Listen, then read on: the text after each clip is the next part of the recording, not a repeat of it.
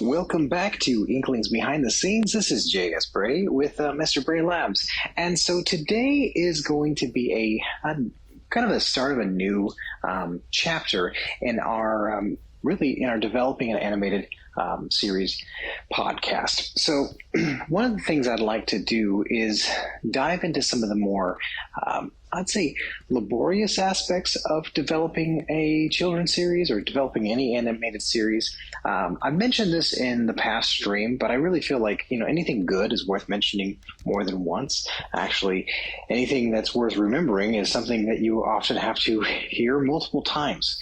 So in this particular episode, I want to talk about some industry standard terms called two sheets and production Bibles. And so while I do this, my goal is to really kind of engage you with the vocabulary that can help you understand when you're building something from the ground up. Now, in this stream or throughout this time that we've put together, we've talked about the characters, we've talked about Inklings, the characters, we've talked about people involved.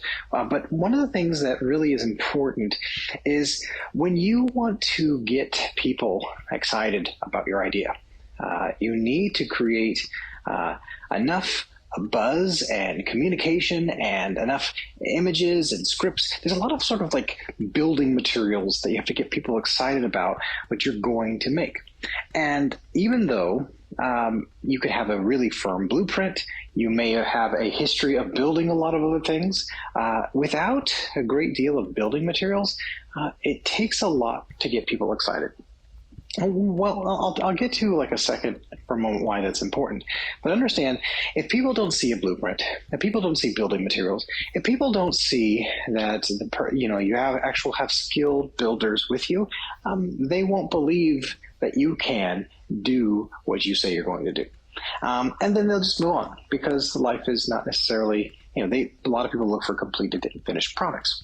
And so because this is Inklings Behind the Scenes, we're talking about how we're building these, laying these bricks piece by piece. Some of the stuff I'm actually going to recreate or refine just so that I can show this. And it also helps as a refining process for myself. So in the past, I've talked about a thing called a two-sheet. And a two-sheet is universal no matter who you are when it comes to animation. If you have to come up with your idea, it has to fit on a two-sheet, hence called a two-sheet. And that's going to contain a logo. It's going to contain, the show title. It's going to have a log line. It's going to have a character. It's going to have the world. And it's going to have some sort of treatment. So something like how you're going to have, really potentially, is it going to be animated 2D?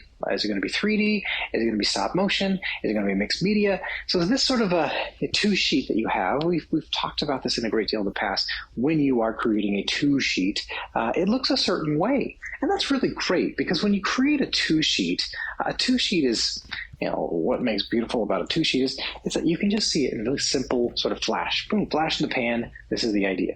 Now, that might be enough for a carpenter, so to speak, considering animators as carpenters or considering other people as having done this before. A two-sheet might be all they need and they're on board. They get it. They totally get it. But not other people. I'm using this example of kind of a building a home into like a building a show. Because if you're going to talk to other creatives who want to build stuff, you don't need to have an entire completed series. I don't have to present 3 seasons of SpongeBob to tell you I want to build a show called SpongeBob. All I'd have to do is give you the idea, some concepts, some artwork, maybe a script or two, and I could get some other people to go, oh yes, let's create this. This sounds fun. This sounds exciting. But when it comes to comparing this to like a house, you can't say, hey, look at these great renderings I have, and this is what the house is going to look like. For people to go, oh yes, I want that house, go ahead, here's some money. People who live in the house are different than people who build the house. Now, they both need homes. Both a carpenter and a person who lives in a house, they both need a home. Just like with animators and people who consume animation, they're similar in their consumption, the fact that they want to consume a show, but they're not the same when it comes to building it. And this is not to be condescending, but this is more or less about how it is important to articulate these differences.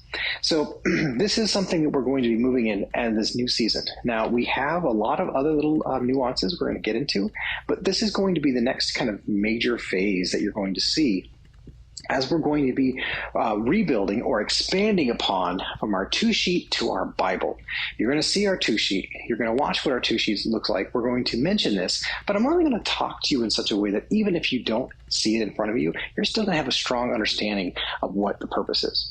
So yes, okay, I talked to you that there's such a thing called a 2-sheet. Now, 2-sheet, again, is those little components. It has a little aspect about the world that the characters are in. It talks about, just really those basic components. Your logo, your title, your log line, which is your story in a single sentence, your characters, the world, some treatment, and that's, maybe some sample scripts or some sample storylines, but that's it. It only needs to be on 2 sheets. Any more than that, it becomes sort of a big presentation, and that's not a bad thing if you're building a Bible. So a Bible is now you're taking those ideas and you expand them. So I'm going to give an example, maybe not in the stream because I don't have permission, but I can talk about it. So a friend of mine, Adam Kelly, he actually has a really great show with a ton of brilliant actors, voice actors on it. It was called Go-Go Brothers. And when Adam and I met, we met at Kids Screen back in 2020. And, he showed me the concept for his show. He showed me a lot of what he had been building. He's a brilliant animator. He did a lot of kind of communal aspects. So the concept for his show was kids were creating artwork. He was hiring voice actors to voice characters for the artwork. So the concept was very collaborative, communal, and all he had to do was make 1 or 2 episodes for everyone to kind of really get the playfulness of the show. It had this sort of fun interactive theater. He also incorporated his children. So he had this really strong idea. And when he showed me his pitch deck, it was not a pitch deck. I was like, Adam, this is great, but this is not a 2-sheet. And I remember he was a little bewildered by it because I was like, you have this. He made it a Bible, and so that doesn't mean it was bad. It's actually really great. I believe it's on Kid Doodle. If you have kiddos who want to really engage with storytelling, great series, Go-Go Brothers, 2 brothers who bring cartoons to life in the most fun sense, and there's just fantastic voice actors on it. But when him and I first met, he showed me his stuff, and I'm like, this is beautiful. But it was a Bible. And you don't need to make a Bible when you first start out, okay? You don't need a Bible. And I'll just get to the point. What is a production Bible? Production Bible is when you've taken time. So it's more than just say, I have come up with a good logo or a couple of characters or maybe some turnarounds. I've actually created an exhaustive list of what works for your characters. So it will be more than just your character. Say, for example, we have our 4 main characters, Kafka, Normie, Bronte, and Poe. Those are our 4 main characters. There will be many more. We've mentioned at least 1 more. But those 4 characters are going to sort of be central to your Bible, your production Bible, or at least for the first season, because we're doing season 0. And so as we kind of present this, you're going to see, okay, well, it's more than just these characters. There's going to be backgrounds, because the backgrounds, some of them are going to repeat themselves. So where these bugs hang out, they're in the library attic, but are they going to be hanging out in a living room, like a shared communal living room, like a dormitory? Are they going to always hang out at Bronte's house? With Bronte, who has the best collection of books. Are they going to hang out in Kafka's mess? Are they going to hang out in Poe's dungeon? Are they going to hang out, in Christie's little cavern? With Bronte and Poe, Kafka. I think I said another name incorrectly. It's Kafka, Christie, Bronte, and Poe. And so of all these goofy characters, they all are going to have sort of their own sort of domicile, place where they live, things that they do. And some of those backgrounds are not going to change. They're not going to change. They're where they live. And so if you were to go to Pooh Corner, okay, Winnie the Pooh, each character has their own little home. Owl has a home, Rabbit has a home, Piglet has a home, Eeyore, I'm not sure if Eeyore has a home, if he just sort of has a cloud under him, but each character has a place where they exist, even though they all come together to play in Pooh Corner, with Winnie the Pooh and all of them. There is sort of their own little places that are just, their stand-ins are always going to be those sense of like, that's the locale where they're at. And we need to develop that. We need to develop that. And I'm doing this, slowing this down, or at least taking time to show you this process or articulate to you this process. So as we move into this time of developing the Bible, I'm going to bring in some other team members, hopefully, and have us talk about that. We're also doing more writing sessions. And then so you can kind of see that the stream is more about truly behind the scenes, me talking to you, articulating these details, and then kind of expressing further. So beyond that, why do you want to make a Bible? So I worked on a kids series, which is fantastic. I highly recommend it. It's a little older. I worked for Wild Brain on their kids series, Lake Erie. I helped put together their Bible. And when I put that together, which is something that I actually have quite a bit of experience doing, when you create a Bible, you want to show these scenarios that people can kind of really, really capture. And so because Lake Erie, if you have a chance, Google it, look it up, it's fantastic. It's spooky. It's got all the fun stuff to to grip you into a kind of a scary story that's kind of geared towards younger kids, not quite preschoolers, but younger kids. And one of the things that I really loved about working on that is that I got to dive into the scripts, dive into how the story is being told, and then kind of flesh it out, help them to kind of communicate. Because it wasn't my story, I was able to ask questions to the people involved with it that they may not have. When you create a story, you may not feel like you need to tell everybody that your character has a limp or that your character has a certain Southern accent. Maybe it feels so natural to you to speak in such a certain vernacular that you overlook those sort of nuances. And so when you have other people, you can have, I mention this a lot, you can have an objective point of view. So we don't want subjective things placed down all the time. We want to be able to differentiate between objective and subjective. So a subjective thing is like how you feel. It's like, honestly, it's something that can be really kind of, it can change under many different circumstances. But an objective point of view would be like, your character looks like this, X, Y, and Z. You commit to what the character looks like. If you're captain of a pirate ship, he or she or whoever they are is going to look a specific way because we're in the visual medium. Even though I'm describing this to you, we are in the visual arts. And so you have to commit to what a character looks like. It can still evolve, but understand that's what the Bible's done. When you have a Bible for your show, you're committing to what things are going to look like. And oftentimes, the artwork that you develop for your Bible, you can actually fold that into your production. That's one of my favorite things. You can fold it into production. So one of the things that does separate my sort of unique flair to this is that I have been designing for big brands for a long time, as well as my own brand for a long time. So I actually look at a production Bible different than just say a single series. I actually look at a production Bible kind of like what's called a brand identity or a style guide. And so what I'm going to give in a little nuance there is that because you want to fold these important things in, a style guide or brand identity is slightly different than just say a production Bible. A production Bible is going to tell you who, what, where, and when, and why. It'll tell you the story, the setting. It'll tell you all these important things, right? It'll tell you that Kafka, he's a beetle and he's a messy guy. And in this particular episode, say hide and seek. So HYDE, hide and seek. It's a Dr. Jekyll, Mr. Hyde episode. It's going to give you some of sort of the examples of when he engages with the story and how he becomes like Dr. Jekyll and Mr. Hyde. And you're going to see that take place. But the setting itself is going to be rather concrete, right? You know that it's going to fit this literary style.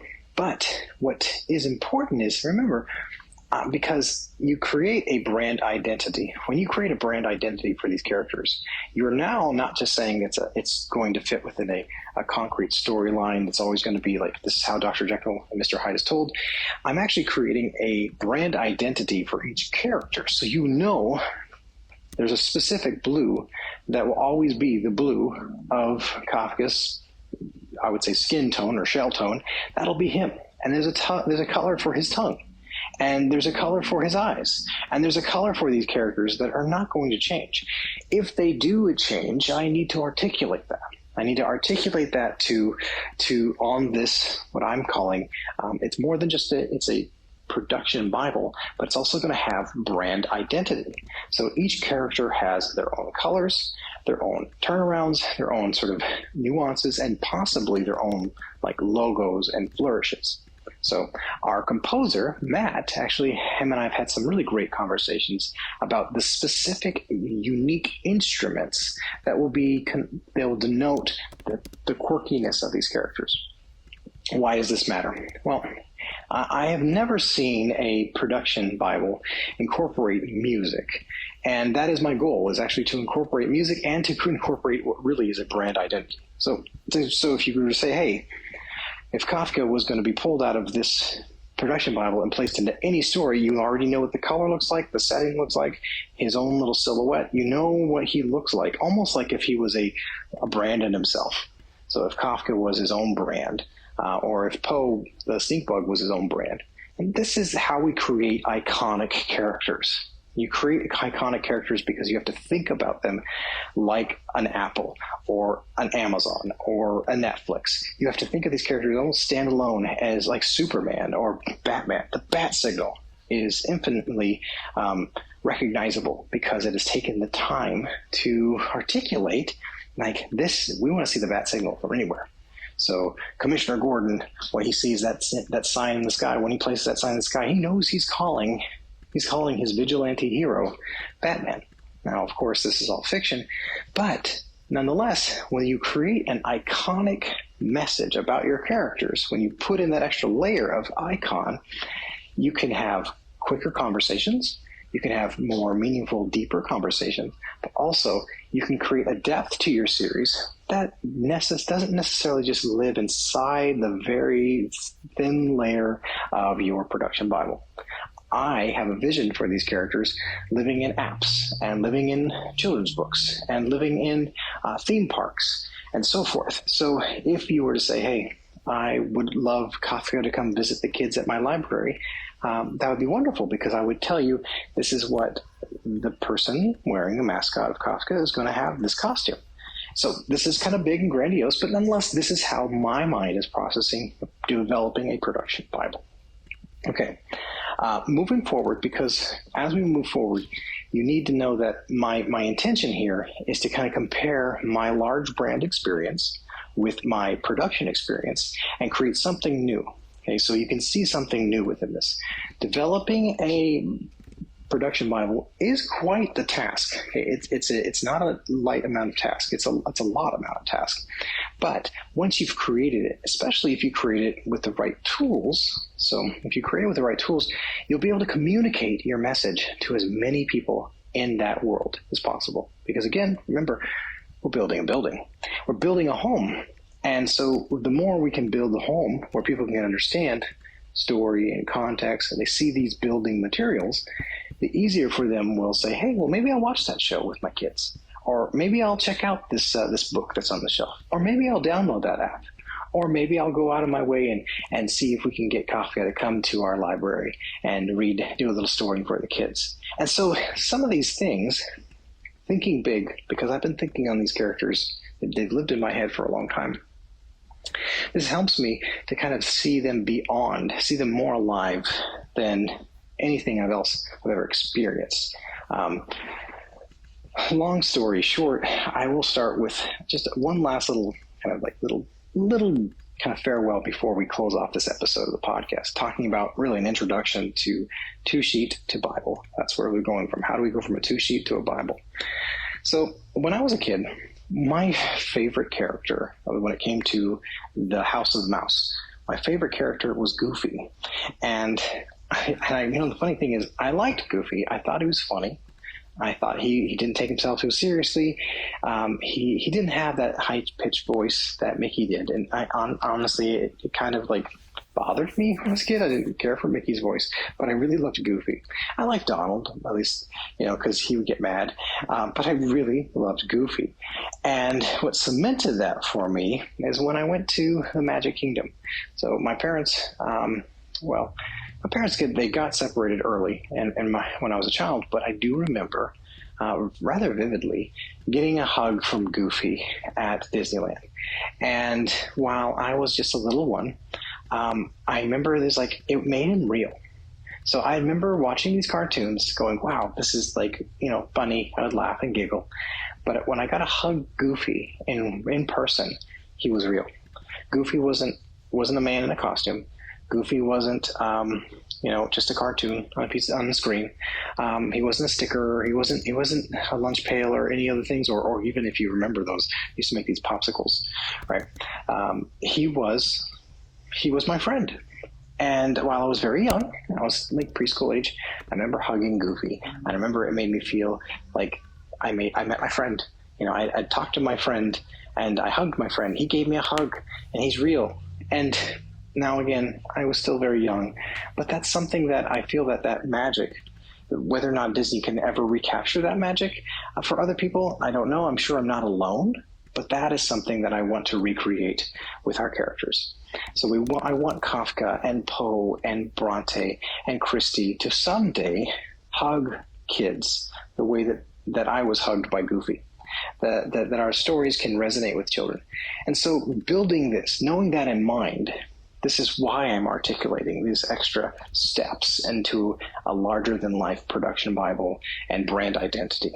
And so that you can look at Inklings someday and you can see them and you can touch them, and that you will be able to experience them in a theme park setting or in a library setting or upon a book or a stuffed animal, some sort of tangible way. And that's where we're going to that effort right now. Now, it is a laborious task, but we're going to do it together. And I'm going to show you how we do it together. So I thank you so much for being here.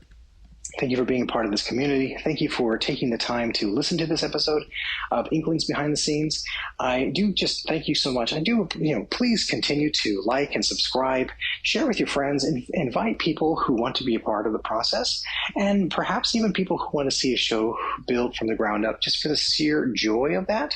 But furthermore, know that we're making animation history. So you being here, you paying attention, you're part of that history. So I thank you so much again. I hope you're well, and you have a blessed day.